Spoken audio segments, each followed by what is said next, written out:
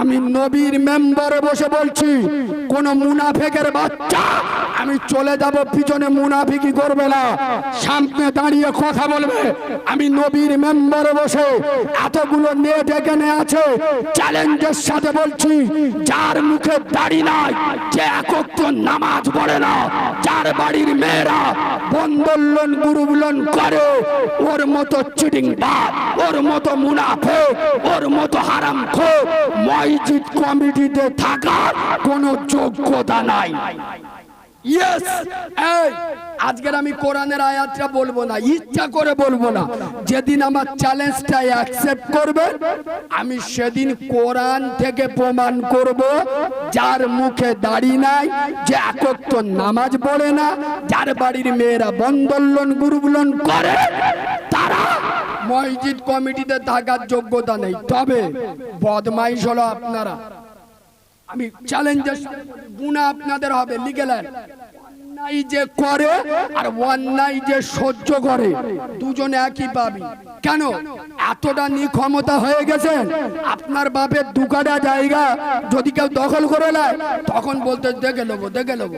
কেন এখানে শুক্রবার যখন মসজিদে নামাজ পড়তে যান, গ্রামের লোক উঠে বলতে পারেন না, এই মসজিদ কমিটি শোনো, আমরা গ্রামের লোক 5 ওয়াক্ত নামাজ পড়ি না, একে আমরা গুনাহগার, গুনার কাজ করছি, ফের এক্সট্রা গুনার ভাগ আমরা মাথায় নিতে পারবো নি। আমাদের পরিষ্কার কথা কি, মসজিদ চালাবে তারা 5 ওয়াক্ত নামাজ পড়ে। জোরে বলো, যারা মসজিদ চালাবে তারা হারামের সাথে কোন রকমের সম্পর্ক রাখে না। যারা কোন চিটিংবাজের বাচ্চা, কোন মুনাফিকের বাচ্চা, কোন হারামখোরের বাচ্চা যদি মসজিদে দাঁড়িয়ে যায় আর গিয়ে বলে, এই গ্রামের লোক চুপ করে বসে যা, এই মসজিদের জায়গা দিয়ে গেছে আমার ঠাকুরদা, আর মসজিদ তৈরি করে গেছে আমার বাপ চাচারা, সুতরাং এই মসজিদে আমরা যা বলবো তাই হবে, চুপ করে মানতে হবে। ওই মসজিদে নামাজ পড়বেন না, ও মসজিদে নামাজ হবে না। আরে বাঁদরের বাচ্চা, মসজিদের জায়গা তো ঠাকুরদা দিয়ে যাক, আর তোর বাপ চাচারা মসজিদ করে যাক। ওটা যখন মসজিদে দিয়ে গেছে, ওটা আর তোদের নেই, ওটা কার? জোরে বলুন। ওখানে তোদের অধিকার যতটা গ্রামের লোকের অধিকার ততটাই। খোদার কসম, এই মাসুম পাড়ার জুমা মসজিদে, এই মাসুম পাড়ার বনহুগলির মুসলমানদের অধিকার যতটা, আমি কারিমুল্লাহ জেহাদি, আমার বাড়ি ডায়মন্ড হারবার সংগ্রামপুর, আমার অধিকার ঠিক ততটাই। কেন? এটা তৃণমূলের পঞ্চায়েত নয়, সিপিএম কংগ্রেস আইএসএফ এর পঞ্চায়েত নয়, আল মসজিদুন বাইতুল্লাহ, আমার বিশ্ব সরকারের বিশ্ব পঞ্চায়েত। এখানে আইন কারোর বাপ দাদা চলবে না, এখানে আইন চলবে আল্লাহর। ঠিক বলেছি না? বললে বিশ্বাস করবেন না। বিভিন্ন জায়গায় ঘুরি তো প্রতিদিন, গে শুনি মসজিদের সভাপতি কে বলে, সেই পার্টির যারা গ্রামে বুথ সভাপতি থাকে, বুথ সভাপতি, ওই মাল হলো মসজিদ সভাপতি। পাক্কা হারামখোরের বাচ্চা, মুখে দাঁড়ি নেই, চিটিং বা ঘরে টাকা মেরে খায়, সে মসজিদে। বাবু, যে নামাজ পড়ে না, সত্য কথা বলুন, সে বাড়িতে নামাজির বরকত হবে? কথা বলে না, বরকত হবে? তা গ্রামের গার্জেনকে মসজিদ কমিটি, তা যে গ্রামে মসজিদ কমিটি নামাজ পড়ে না, সে গ্রামে নামাজের বরকত হবে? খোদার কসম, আলেম উলামাদের শক্তি, আর অনেক ইমামরা এগুলো সত্য জানে, বলতে পারে না। কেন বললি? আর এ জাতি সমাজের উন্নতি চায়, এ জাতি গ্রামের উন্নতি চায়, কিন্তু মৌলবীদের উন্নতি কথা বলেন চায় না। কসম খোদার, একবার দরুদ শরীফ পড়েন, একটু চাটা খেলি, ইঞ্জিলটা গরম হোক, একটু দরুদ শরীফ পড়ো। আল্লাহ, চলে যাচ্ছ বাবু?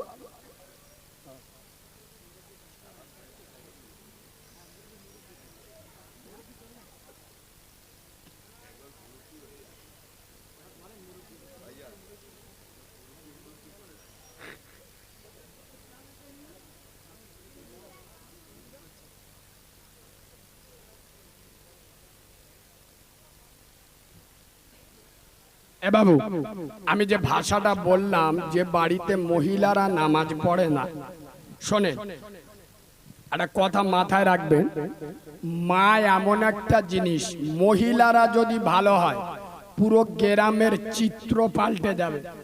এই দেখেন, আমি বহু জায়গায় বলেছি পৃথিবীতে 1,00,000 মতান্তরে 2,24,000 নবী এসছে। হ্যাঁ, এটা সত্য কথা, কোন মহিলা নবী হয়নি, এটা সত্য। কোন মহিলাকে আল্লাহ নবী করেননি, এটা সত্য। তাই বলে এদের সম্মান আল্লাহ ছোট করেনি।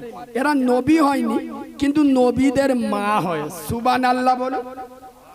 এই বাবু, খোদার কসম শুনলে চমকে উঠবেন, রসুলুল্লাহর নবুয়তের রিসালাতের সাক্ষী, মানে রসুলকে নবী বলে সর্বপ্রথম যিনি মেনে নিয়েছিল সেটা কোনো মদ্য মানুষ ছিল না, আবু বকর, ওমর, উসমান, আলী ছিল না, সে ছিল ভদ্র মহিলা, পৃথিবীর শ্রেষ্ঠ মহিলা আম্মা জান খাদিজা হুজুর। সুবহানাল্লাহ বলেন।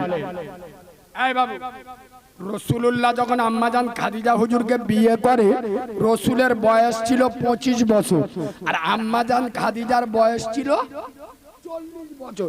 আর নবীজি যখন নবুয়তের প্রকাশ করলেন, নবীর বয়স হলো 40 বছর, আর আম্মাজান খাদিজার বয়স গিয়ে দাঁড়ালো 55, মানে 55 বছর। 15 বছর ঘর সংসার করার পরে নবী যেদিন বলেছে, খাদিজা আমি আল্লাহর প্রেরিত রসুল, কসম খোদার, আম্মাজান খাদিজা 15 বছর ঘর সংসার করার পরেও আম্মাজান খাদিজা দ্বিতীয় প্রশ্ন করেন নাই, ও নবী আপনি যে আল্লাহর রসুল?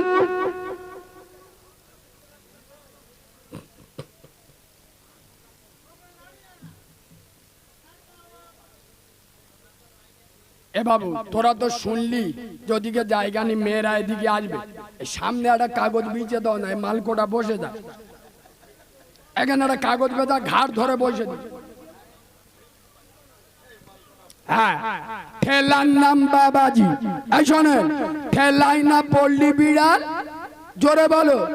চটটা বিশ্ব কমিটির ছেলেরা এখানে যে দাঁড়াবে ঘাটটা ধরবে আর বসে দেবে।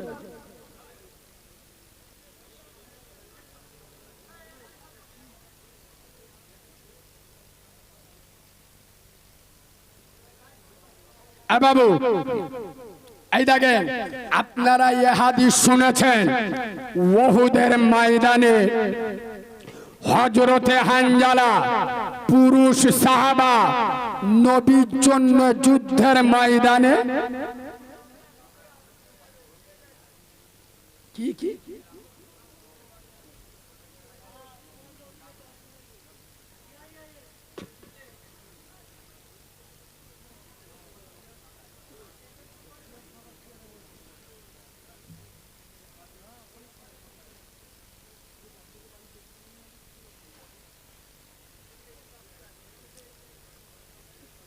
তাড়াতাড়ি না বাবু, এরকম ডিস্টার্ব করলে হয় না, তাড়াতাড়ি না, এটা কাগজ বিষ হবে কতক্ষণ ধরে। বসো বাবু, একবার বসো সোনা বাবু, বস। ও ভাই, আব্বা বস, বাপ বস, একটু ডান দিকে চেপে যাও আব্বা, বসো বাবু বস।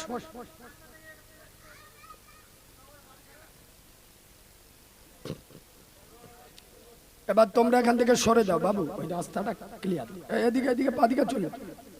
এই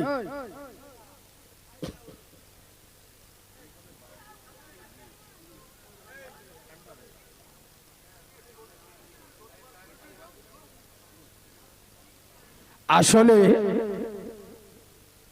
যুবকদের পরিচালনা করা বিরাট ব্যাপার, কারণ যুবক বয়স তো, ওরা এমনি মোটর সাইকেল যখন চালায় দেখেছেন, আমি তো সারা দিন রোডে থাকি, এই ভোরের বেলা ঢুকি, 2টো পর্যন্ত ঘুমাই, 3টেই বেরুই, এখন সারা রাত রোডে।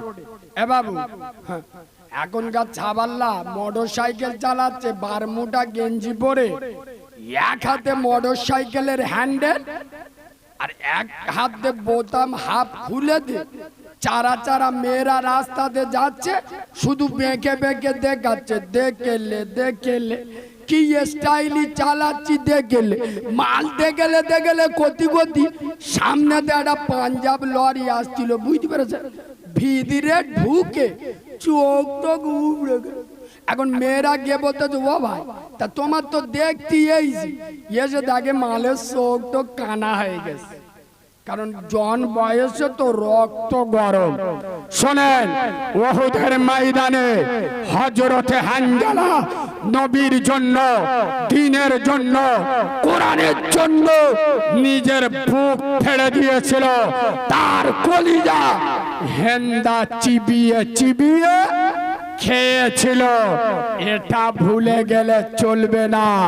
পুরুষ সাহাবা হানজালা যেমন নিজের বুক ফেলে দিয়েছিল, খোদার কসম আম্মাজান সুমাইয়া একজন মহিলা সাহাবী, নবীর জন্য, কোরআনের জন্য, ইসলামের জন্য মহিলা মানুষ সর্ব শরীরে তীর খেয়ে তীরের আঘাতে শরীরকে ঝাঁঝরা করে দিয়েছিল। সুতরাং ইসলামের আন্দোলনে মায়েদের অবদান আছে না নাই? জোরে বলুন। ওই জন্য মায়েরা যদি নামাজি হয়, আচ্ছা বলেন, তার ছেলে নামাজি হবে না হবে না? মেয়ে যদি নামাজ পড়ে, তার স্বামী নামাজ পড়বে না পড়বে না? তবে যে বাড়িতে শ্বশুর শাশুড়ি, যে বাড়িতে শাশুড়ি বৌমা মিল মহাব্বত নাই, ছেলে ভাই ভাইয়ে মিল নাই, বাপ বেটাতে মিল নাই, ও বাড়িতে নামাজ রোজা কবুল হবে? জোরে বলো না। তবে প্রথমে শাশুড়ি বউটা ধরি। এবার শাশুড়ি বউয়ের গন্ডগোল প্রতিটা বাড়িতে কম বেশি আছে না নেই? কথা বলেন। আচ্ছা, এই দেখেন আমি খুব দারুণ কথা বলছি, শোনেন। শাশুড়ি বউয়ের যুদ্ধ এটা ইনশাআল্লাহ কিয়ামত পর্যন্ত মিটবে। কারণ শাশুড়ি বউয়ের যুদ্ধ কিরাম জানেন? ভারত আর পাকিস্তানের মতো। একটু ভেঙে বলি, শোনেন। শাশুড়ি হলো ভারত, শাশুড়ি কি? কথা বলুন, ভারত। আর বৌমা হলো পাকিস্তান। এ যুদ্ধ কিয়ামত পর্যন্ত চলবে, গুরুত্ব দিয়ে শোনেন। আর ছেলে মানে বর হলো, এ মাল হলো বাংলাদেশের নীরব দর্শক, মানে ও চাক চোখে দেখে সব, কিন্তু কারোর কিছু বলার সাহস পায় না। ও ভারতেরও কিছু বলতে পারে না, পাকিস্তানেরও কিছু বলতে পারে না। আর ছেলের বাপ ইয়ে মালটা হলো আমেরিকা। কি আমেরিকা? ইয়ে ভারতকেও বোঝায়, পাকিস্তানকেও বোঝায়, কিন্তু দুজন কেউ কথা শোনে না। আর মেয়ের মা, এইটা বলবো এ বাবু, মেয়ের মার কথাটা বলবো। মেয়ের মা ইয়ে 12 বাজালির পেটে 13 বাজালি গুলো, মেয়ের মা গুলো হলো চিনির মতো। চীনের কাজ কি? সারাদিন পাকিস্তানকে উস্কে দেওয়া, যাতে যুদ্ধটা ভালো করে বাঁধে। আগে পাকিস্তান মানে কে? এরা ওয়াজ শোনেন বোঝা। আর পাকিস্তান বৌমা, তার শাশুড়ির মেয়ে হলো। আর বাড়িতে ননদ হলো রাশিয়ার মতো। কার মতো? রাশিয়া। ये দুনিয়া এদিক ওদিক হয়ে যায়, ये সব সময় ভারতের দিক। এখন ননদ কার দিকে থাকে? মা দিক। তা মাকে ভারত। আর পাড়া প্রতিবেশী, এইটা বলবো তো, পাড়া প্রতিবেশী ये যন্ত্রগুলো হলো আরব দেশগুলোর মতো। মানে এরা একবার সাপের মুখে চুমো খায়, এক একবার ব্যাঙের মুখী চুমো খায়, একবার ভারতের দিকে, একবার পাকিস্তানের দিকে। কোন বৌমা পাশের বাড়ি গিয়ে যদি দুঃখের গল্প করে, দেখবেন পাশের বাড়ির লোক বলছে হাই হাই তো শাউরি, ও তো দাঁড় জাল। বউ চলে আসবে, শাউরি যাবে, হাই হাই তোর বউ পাকা খোঁজরি। মানে কত বড় মোনাফেক বুঝতে পেরেছে? এরা হলো আরব দেশগুলোর মতো। এই বাবু, তবে এখানে আমি একটা হাদিস বলছি শোনেন। আদম নবী আর মা হাওয়া, একবার সুবহানাল্লাহ বলুন। টুবড়ে গেছে একটু মিষ্টি করে সুবহানাল্লাহ বলুন। আদম নবী আর মা হাওয়া জান্নাতে সুখে শান্তিতে মস্তানি দিয়ে ঘর সংসার করছে। আচ্ছা সত্য কথা বলুন, এই আদম নবী আর মা হাওয়ার সুখের সংসারটা একটা ভদ্রলোকের সহ্য হয়, তার নাম কি? জ্ঞানী লোক হেবি ধরে মিস্টার ইবলিস। ইবলিসের সহ্য হয়নি। এই বাবু, আজও গ্রামে কিছু ইবলিসের বাচ্চা পাওয়া যায় না। আমি মিল করে দিচ্ছি শোনে, আমি তো বাস্তববাদী বক্তা, হাদিসের সাথে মিল করব শোনে। পাশের বাড়ি জরিনা ভাবি আর জামাল দাদা, দুজনার খুব সুন্দর মিল মহাব্বত। এমন মিল, হালাল রুজি এনে বাড়ি গাড়ি করছে, পাশের বাড়ির লোকের কিট উঠছে, আমাদের দুই লোকের ঝগড়া মারামারি হয়। আর এদের এত মিল মহব্বত, দেখবেন ঠিক তাদের ভিতরে মুনাফিকি করে আঙুল দিয়ে একের অপরের উপরে ছন্দ রোগ ঢুকিয়ে দিয়ে সোনার সংসারে আগুন লাগাই যারা, প্রকৃত ইবলিসের বাচ্চা হলো তারা। দেখবেন পাশের বাড়ি হাসিনা ভাবি আর সালমা চাচিমা, শাউরি বৌমা, এত মিল, কেউ দেখলি বুঝতে পারবেন এরা শাউরি বৌমা না মাই বেটি। এত মিল মহাব্বত, পাশের বাড়ির লোকের সহ্য হয়। আমার বউ আমার পাতে এক মুঠো ভাত দেয় না, আর ওর বউ ওর পা মাথায় রাখে। দেখবেন শাউরি বউয়ের ঝগড়া অশান্তি মারামারি বাঁধিয়ে ছন্দ রোগ ঢুকিয়ে মুনাফিকি করে সোনার সংসারে বাঁচ ফেলে যারা, প্রকৃত ইবলিসের খালাতো ভাই হলো তারা। এই বাবু, খোদার কসম, নবী বলে যাচ্ছে যারা মুনাফিকি করে, গীবত করে, চুগলি করে।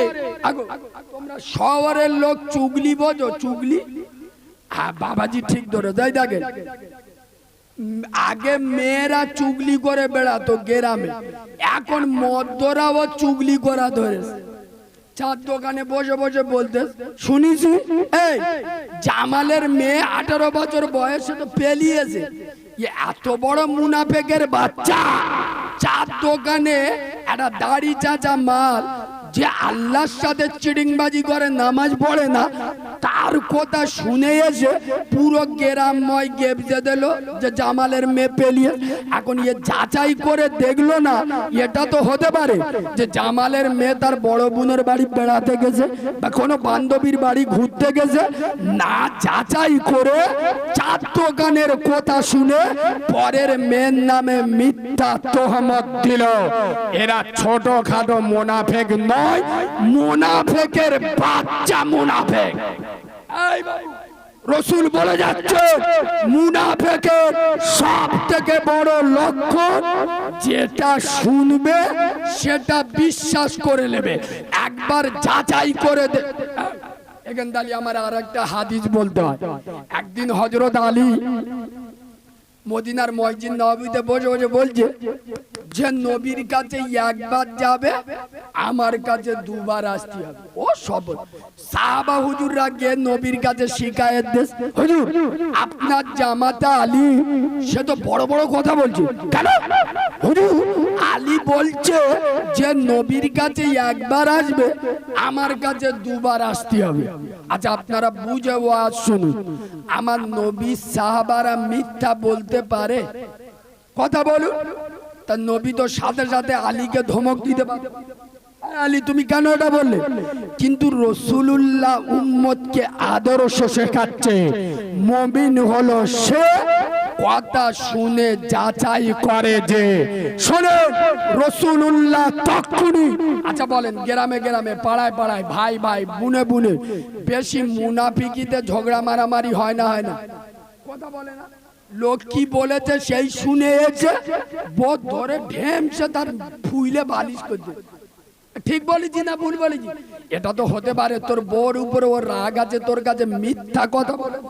আগে যাচাই করে দেখ। খোদার কসম, সাহাবারা যখন নবীকে বলছে তখন আল্লাহর নবী আলীকে ডাকছে। কেন? নবী কি জানতেন না? নবী নিজে বলে যাচ্ছেন আসহাবিকান নুজুম, আমার এক একটা সাহাবা আকাশের নক্ষত্র স্বরূপ, যাকে ধরবে জান্নাতে যাবে। সেই সাহাবাদের কথা নবী বিশ্বাস করতেন না? না করতেন, কিন্তু নবী যাচাই করছেন। আলী আলী এখানে, ইয়া রাসূলুল্লাহ লাব্বাইক ইয়া হাবিবাল্লাহ, ও নবী হুজুর বলে। আচ্ছা আলী, তুমি এমন বলেছো যে নবীর কাছে একবার আসবে, আমার কাছে দুবার যেতে হবে। এখন শেরে খোদা আলী মিথ্যা কথা বলতে পারে? আলী বলছে হুজুর আমি বলিস। নবী বলছে আলী তুমি এই কথাটা কি করে বললে?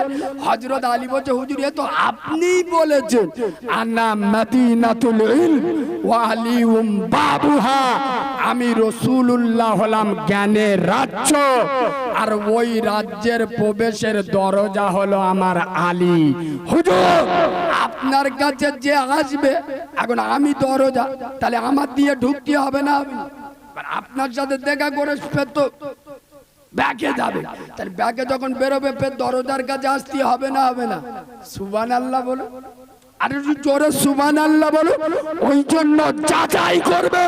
খোদার কসম, গ্রামে 100-র মধ্যে 90 কেন 98টা ঝগড়া হয় মুনাফিকিতে, মিথ্যা কথায়।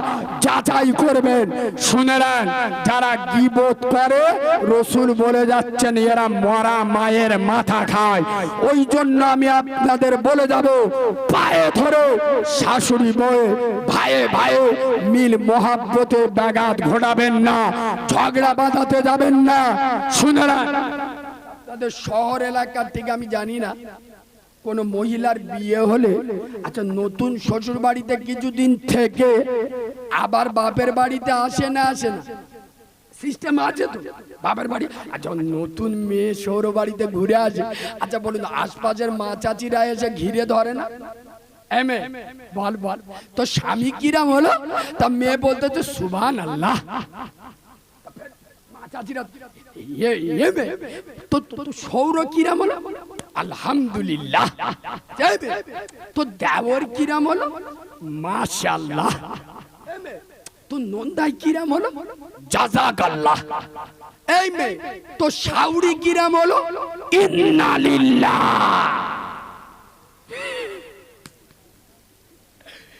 স্বামী কিরাম? সুবহানাল্লাহ।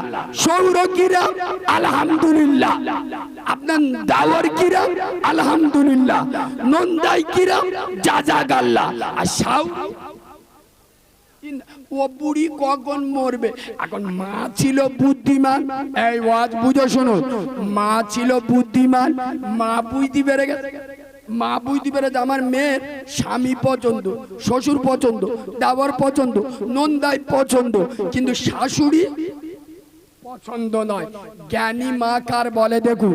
তখন মা মেয়েকে জড়িয়ে ধরে বলছে, হারে মা, মাথায় হাত বুলিয়ে বলছে সত্য কথা বল, বুকে হাত দিয়ে ইনসাফ করে বল। এই মা, আমার বাড়িতে সর্বপ্রথম তোকে পছন্দ করেছিল কে? বাড়িতে পছন্দ করে হ্যাঁ বলেছিল কে? তখন মহিলাটা বলছে, কেন মা? ও তো আমার শাউরি। খোদার কসম, মা বলছে মেয়ে সত্য কথা বল, সেদিন যদি তোর শাশুড়ি তোর উপরে এই দয়াটা না করত, বল মা, তুই কি এত ভালো স্বামী পেতিস, এত ভালো শ্বশুর পেতিস, এত ভালো দেওর পেতিস, এত ভালো নন্দাই পেতিস? মহিলার জ্ঞানের চোখ খুলে গেল। মায়ের পা দুটো জড়িয়ে ধরে বলছে, মা আমাকে ক্ষমা করে দাও। শাশুড়ি মায়ের মতো না হয় তার থেকেও বেশি। কেন? মহিলাদের বিয়ে হওয়ার পরে বাম মার থেকে শ্বশুর শাশুড়ির অধিকার বেশি না গো? জোরে বলুন। খোদার কসম, আমেনার লাল পৃথিবীর সব থেকে বড় মাওলানা নবী মুহাম্মদ সাল্লাল্লাহু বলে গেছেন, ওই মহিলাকে জান্নাতের সুসংবাদ দাও যার ব্যবহারে, যার আচরণে তার শ্বশুর শাশুড়ি খুশি হয়। আমি আমেনার লাল বলে যাচ্ছে, সে আমার কাছে কাছে জান্নাতে থাকবে। সুবহানাল্লাহ বলে। একটা চ্যাপ্টার চলে গেল। নাম্বার 2, ভাই ভাইয়ের মিল মহব্বত। তবে এখানে আমি একটা কথা না বললি নাই, কারণ মুসলমানেরা তো নিজের মার ভাত দেয় না, কিন্তু শাউরি দেখলি আম্মুচি মানে পুরো কাউরা ছানা, বাপের বাপ বলে ডাকে না। সৌর দেখলি এমন বুক জড়িয়ে ধরেছে, আজরাইল বলে আল্লাহ মালটার খেলা দেখো। রোডের পাশে দু কামরা দোকানটা ঝাড়বো বলে লেগেছে। ঠিক বলি? আমি এটা কেন বলিছি ধরতে পারেননি? এই মুসলমানের বাচ্চা শোনো, তোমাদের গ্রামের মা তোমাদের মসজিদের ইমাম। আরে আমি তো শাউরি। এইসি কমিটির লোকেদের জিজ্ঞেস করো, আমার সাবুদ্দিন বাদশাহ আমার বহুত দিনের পরিচয়, জিজ্ঞেস করো। আমি এখানে এইসি টাকা কন্ডাক্ট করে তবে এইসি। আমার স্পষ্ট কোথায় কষ্ট নেই, এত দিতে হবে তবে যাব, নইলি যাব। অন্য মোল সাহেব দাউদ কর, প্রথম কিছু মেরে লিসিতি, লাভ কম দিলি টুটি টিপে ধরবো। আমি ডায়মন্ডের মাল। আই বাবু কসম খোদার, আমি তো শাউরি। কালকের আপনাদের বাম্মা মরে গেলে আমি ডায়মন্ড থেকে 4 চাকা গাড়ি নিয়ে আসবো না। সুখে দুঃখে আপনাদের পাশে থাকবে মা, তিনি হল ইমাম। আমি এখানকার ঘটনা জানি না, কিন্তু অধিকাংশ জায়গায় জলসার কমিটি এত চিটিং বাদ, সারা রাত জলসা দেয়। বাইরের 3টে বক্তা দেবে 90,000, সকাল বেলায় খবর নাও ইমামের হাতে 500 টাকা দেয়। ঠিক বলেছি না ভুল বলেছি?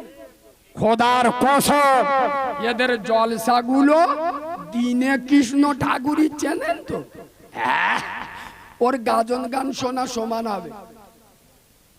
এই বাবু পায়ে ধরে বলে যাচ্ছি, মমিন নাকি কথা বলেন?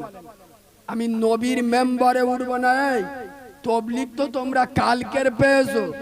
তবলিগের জন্ম হয়েছে পশ্চিম বাংলায়, আমাদের সংগ্রামপুর মগরা। তবলিগের আতুর ঘর যেখান থেকে জন্ম হয়েছে পশ্চিম বাংলায়। শোনেন, 5 ওয়াক্ত নামাজ পড়ে প্রতি মাসে জামাতে যায়, ওর বাড়িতে বন্ধন লোন গ্রুপ লোন চলে। প্রমাণ না করতে পারলে নবীর মেম্বারে উঠবো না। ওর মতো নামাজির দাম আছে, ওর থেকে মানুষ পরিবর্তন হবে। আমার কথায় যদি আমার বাপ নামাজ না পড়ে, আমার কথায় হুগলির লোক নামাজ পড়বে? কথা বলে না?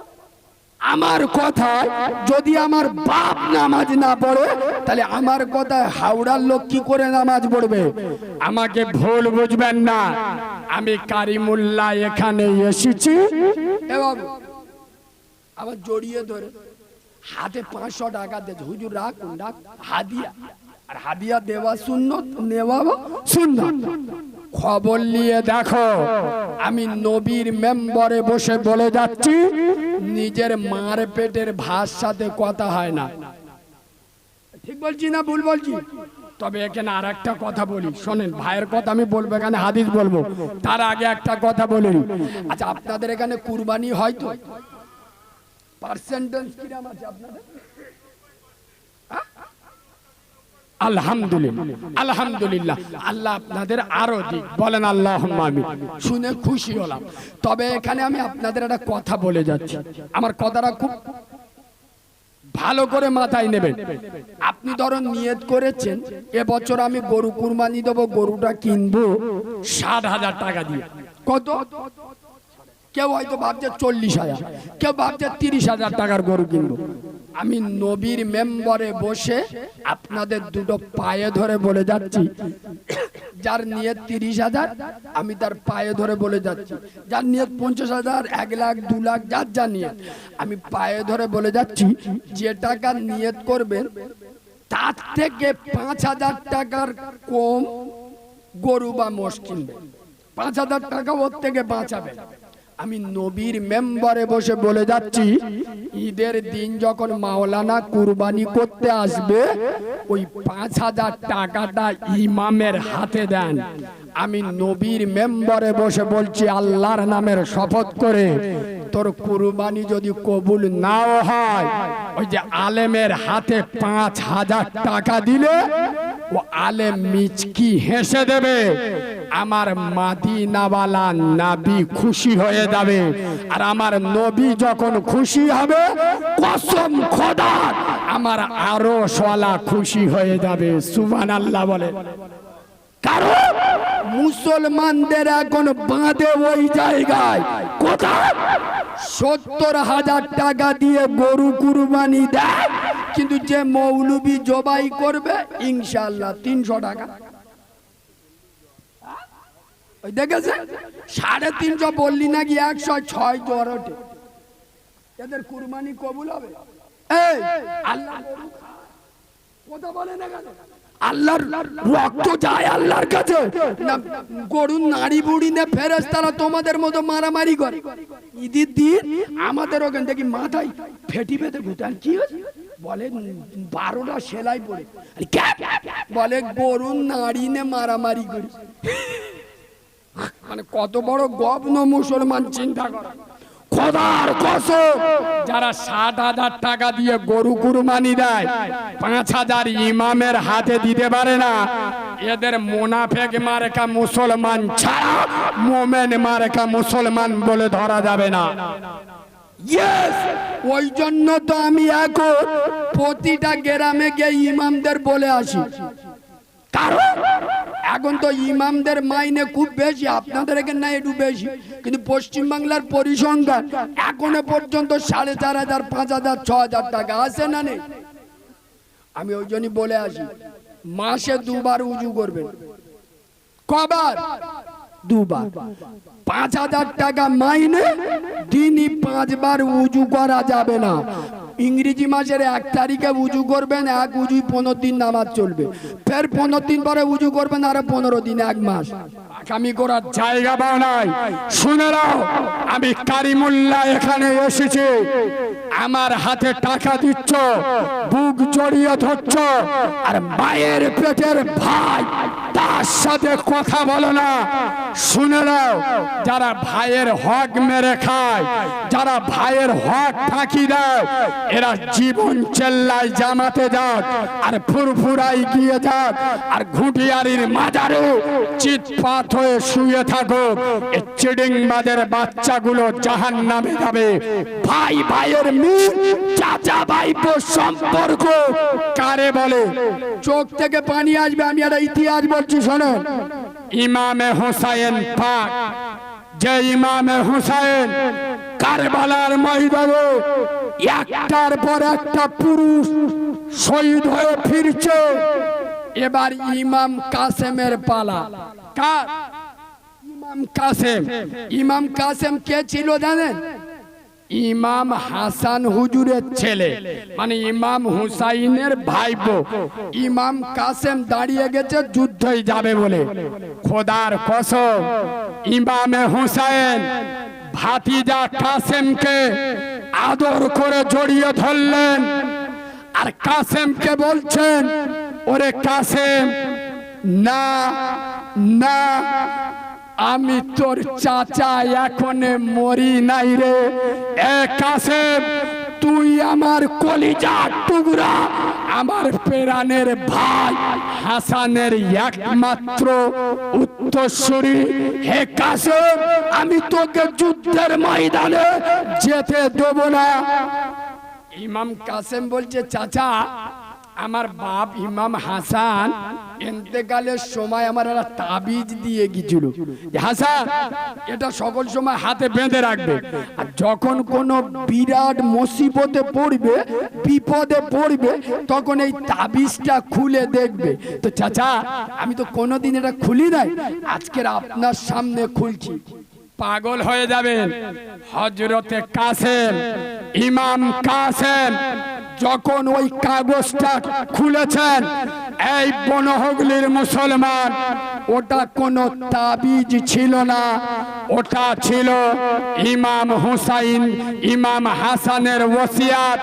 ইমামে হাসান বলে যাচ্ছেন, এ আমার কাসেম, আমি তোর জন্ম দেয়া বাপ ইমামে হাসান বলে যাচ্ছি, যখন দেখবে আমার কলিজার টুকরা, আমার প্রাণের ভাই ইমামে হুসাইনের উপরে কোন আযাব, গজব, মুসিবত, কোন বিপদ এসেছে, এই কাসেম বাঘের মতো আমার ভাই হুসাইনের সামনে পাহাড়ের মতো দাঁড়িয়ে যাবে, মুনাফিকের মতো পালিয়ে যাবে না।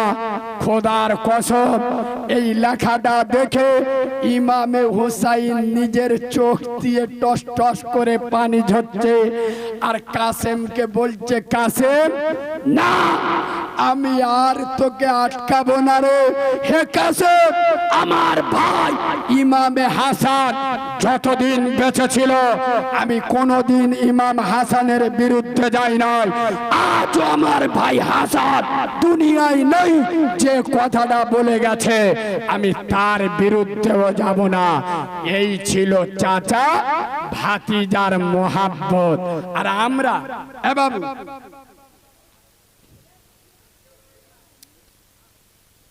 চাচা চার দোকানে বসে আছে, নিজের ভাইপো দাঁড়িয়ে বিড়ি টানতে, ঠিক বলছি না?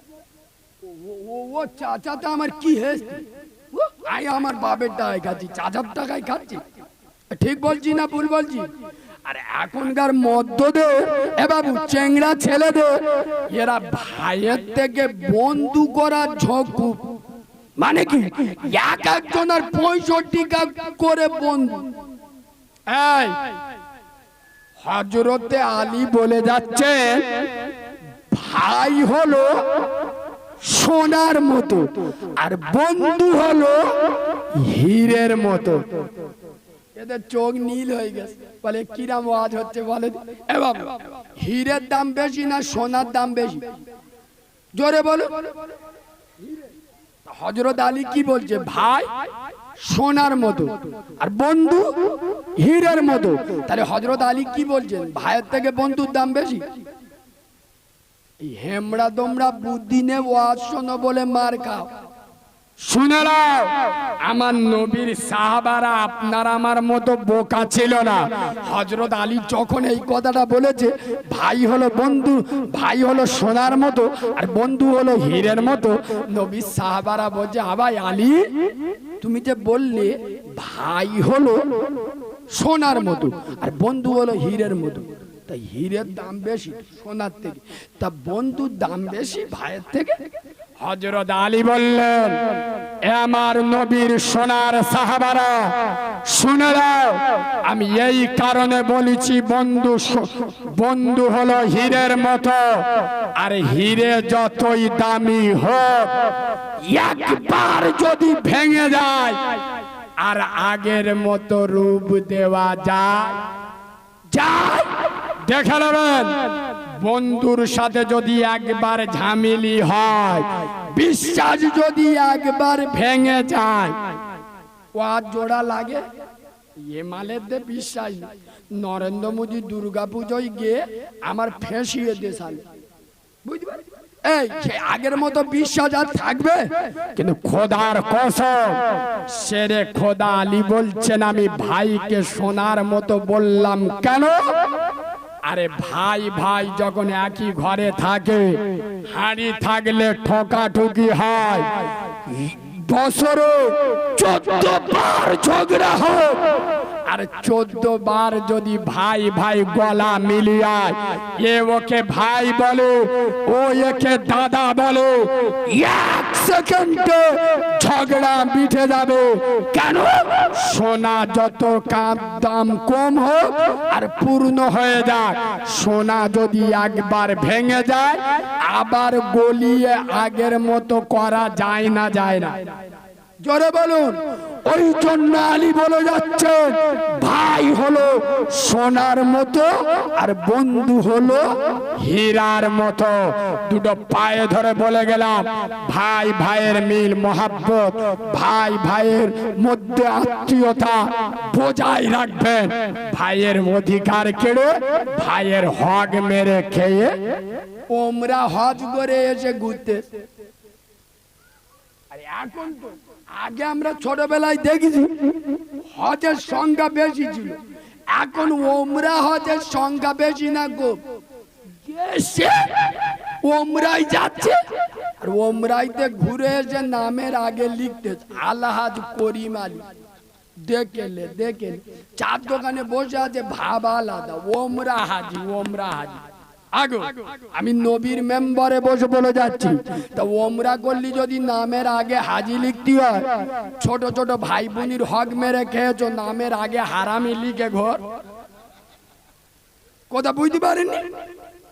যদি ওমরা করলি হাজি লিখতে হয়, তোর বাড়ির মেয়েরা এখনে গুরুবুলন বন্দোলন করে, তাহলে নামের আগে হারাম করলি কে ঘর? শেষবারে কড়া ইনজেকশন দিয়ে চলে যায়, কারণ আমার তো সময় হয়ে গেছে, 2 ঘন্টা পার হয়ে গেছে। শোনেন, শেষে একটা ইনজেকশন দিয়ে চলে যায়। এ বাবু, তবে আমার কথাটা প্রথম শুনলি রাগ হবে, আমি বলবো না, বলবো নি, আগে শুনে নেবেন পরে সমালোচনা করবেন, আগে শুনে নেন। আচ্ছা, কোন মসজিদের ইমাম, আমি আমার ইমাম ভাইদের ধরে বলি, আপনাদের ধরে বলবো না, কোন মসজিদের ইমাম যদি কাল সন্ধ্যেবেলা ছোট ছোট, বেশি বড় না, ছোট ছোট গেলাস যদি বিদেশি মাল, চুল্লু টুল্লু কম দামের না, অফিসার চয়েস মালগুলোর হাসি দেখ, মানে চেকে দেখে হাসি দেখে বোঝা যাচ্ছে চাকা হয়ে গেছে। আচ্ছা, কোন ইমাম যদি বিদেশি মদ খায়, সত্য কথা বলুন, ওই ইমামের পিছনে আপনারা নামাজ পড়বেন? আরে হ্যাঁ না বলবেন তো? পড়বেন। ওই ইমামকে মসজিদে রাখবেন না। বলো বনহগলির মুসলমানের বাচ্চারা, মুসলমানের ছানারা, জবাব চাই, জবাব দাও। মদটা শুধুমাত্র ইমামদের জন্য হারাম না আমাদের সবার জন্য হারাম? আমি শুনছি ভাই, ও আমাদের সবার জন্য এমন ইনজেকশন দেবো, যদি 20 বছর বেতা না থাকে বলবেন, চলো। আচ্ছা বলে, কাল সকাল থেকে যদি কোন মসজিদের ইমাম সুদের ব্যবসা চালু করে, এই গ্রামের লোকেরা যার যার টাকার দরকার হবে আমার কাছে আসবে, সপ্তাহে 100 বেশি দিন। আরো যদি ওনার কচি মতো বউটা ঘর থেকে এনে অর্ধেকটা বুকের কাপড় সরিয়ে বন্দোলন আর গুরুবুলনের সভাপতি করে দেয়, সত্য কথা বলুন, ওই রকম ইমামকেও মসজিদে রাখবে, ওর পিছনে নামাজ পড়বে। কেন? ইমাম হারামখোর, ইমাম সুদখোর, ইমাম মদখোর, রাখা যাবে না। বলো মুসলমানের বাচ্চা, সুদটা খালি মৌলবীদের জন্য হারাম না আমাদের সবার জন্য হারাম? সবার জন্য হারাম। ইমামের বউ যদি বন্দোলন গুরুবুলন করলে ওকে যদি মসজিদ থেকে তাড়িয়ে দাও, তুই চিটিংবাজের বাচ্চা, হারামখোরের বাচ্চা, তোর বাড়ির মেয়েরা বন্দোলন গুরুবুলন করে, তুই কোন লজ্জায় ইমামের পিছনে দাঁড়িয়ে নামাজ পড়লি? আমার কথাটা বুঝতে পারেনি? এক্ষুনি তো আপনারা ফতোয়া দিলেন ইমামের বউ ইমাম যদি সুদ খায় ওই ইমামের পিছনে নামাজ পড়বুনি, ওকে মসজিদে রাখবুনি। তাহলে আমি সিটিং বাদ, আমার বউ বন্দর লোনের সভাপতি, আর আমি ইমামের পিছনে কোন লজ্জায় নামাজ পড়ি? এ বাবু, সুদের ওয়াজ আমার মতো বক্তা করতে এখন ভয় লাগে। কেন জানেন? ইউটিউবে যারা ওয়াজ শুনেছেন আমার মতো সুদের বিষয়ে এত কড়া ভাষা বাংলার কোনো বক্তা বলেছে? কিন্তু এখন আমার ভয় লাগে। কেন জানেন? যেরকম জোশ দেখাচ্ছে জিবরাইলের খালাতো ভাই, অত জোশ ভালো না। শোনেন এই বাবু, এখন করে আমার ভয় লাগে কেন জানেন? আল্লাহ নবী আবু জেহেলের মতো কাফেরের কাছে দিনের দাওয়াত দিয়েছে, নবীর ভয় লাগে। আবু লাহাবের মতো ডেঞ্জারাস কাফেরের কাছে রাসূলুল্লাহ দিনের দাওয়াত দেন, নবীর ভয় লাগে।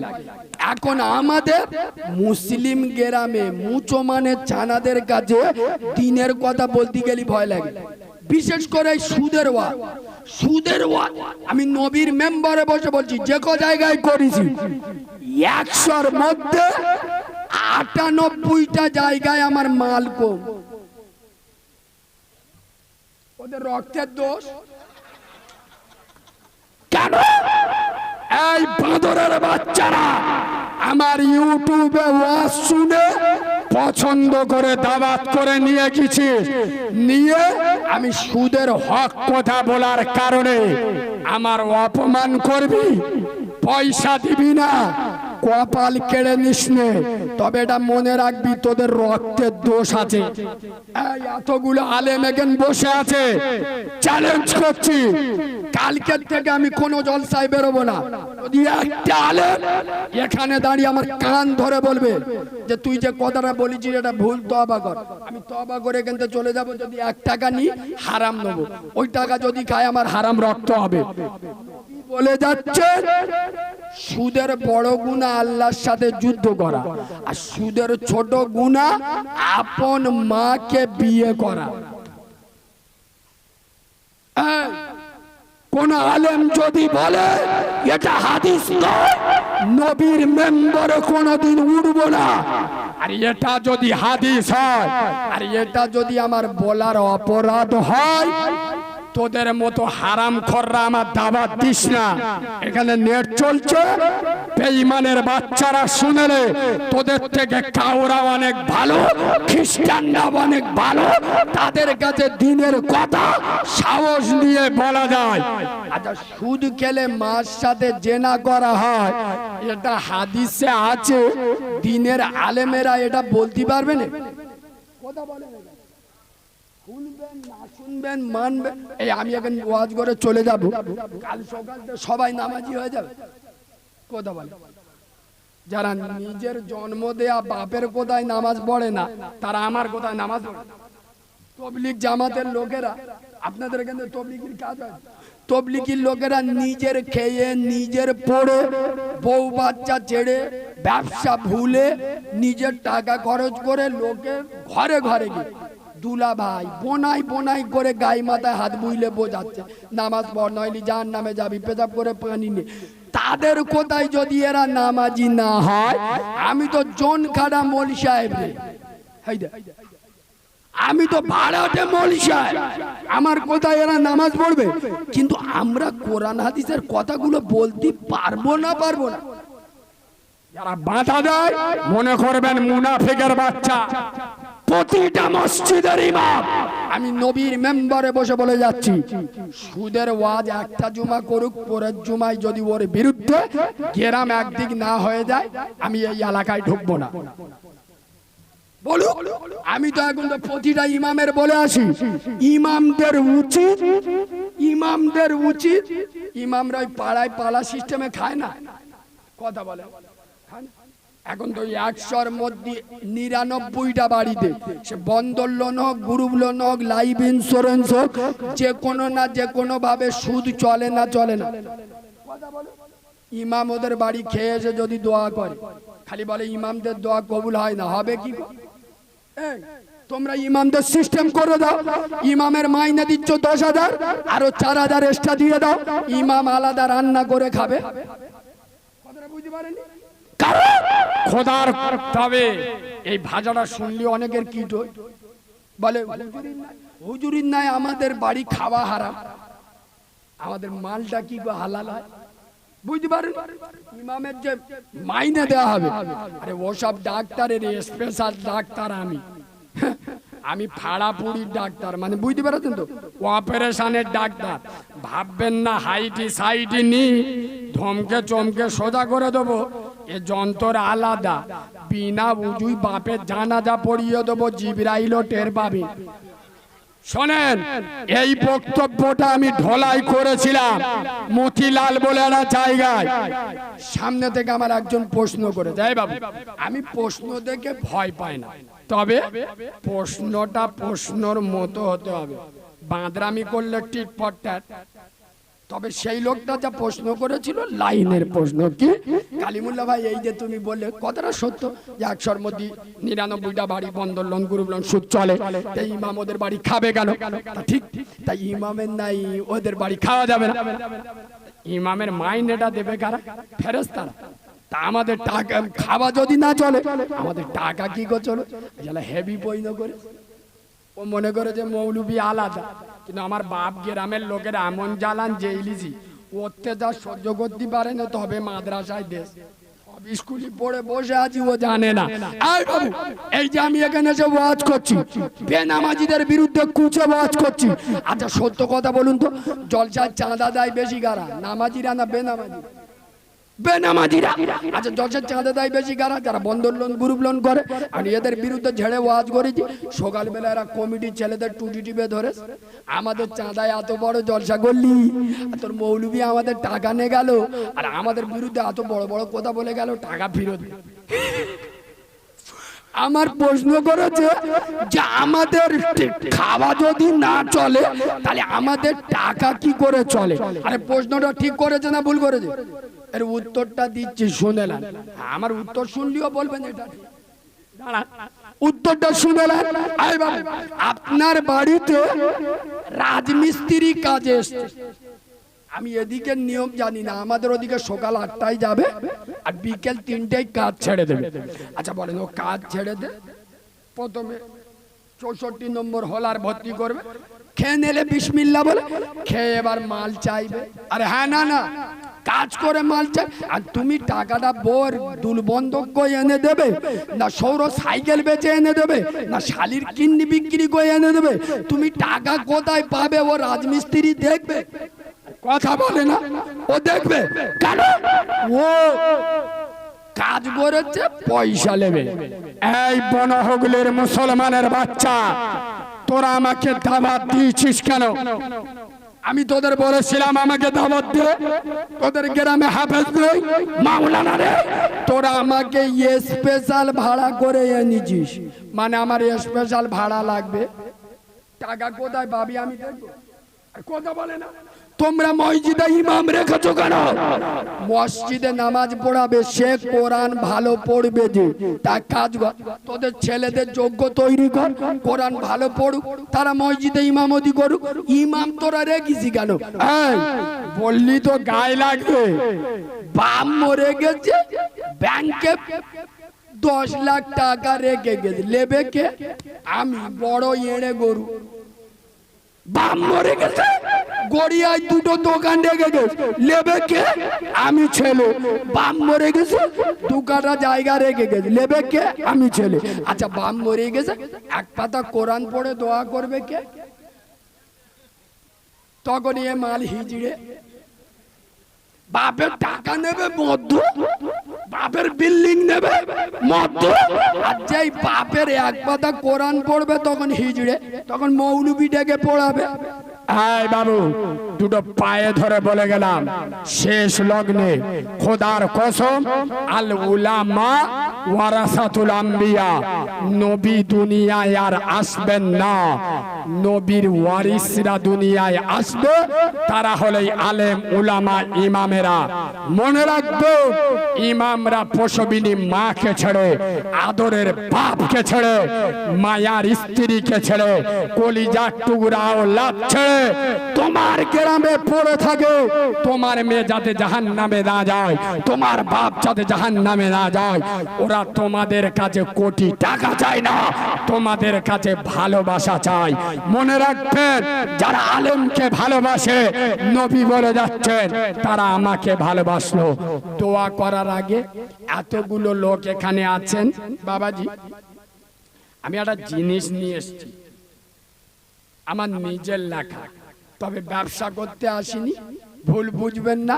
তবে আমি অনুরোধ করব, আমি যেদিন হয়েছি আমার মা সেদিন মরে গেছে, আমার মায়ের ফুল পড়েনি।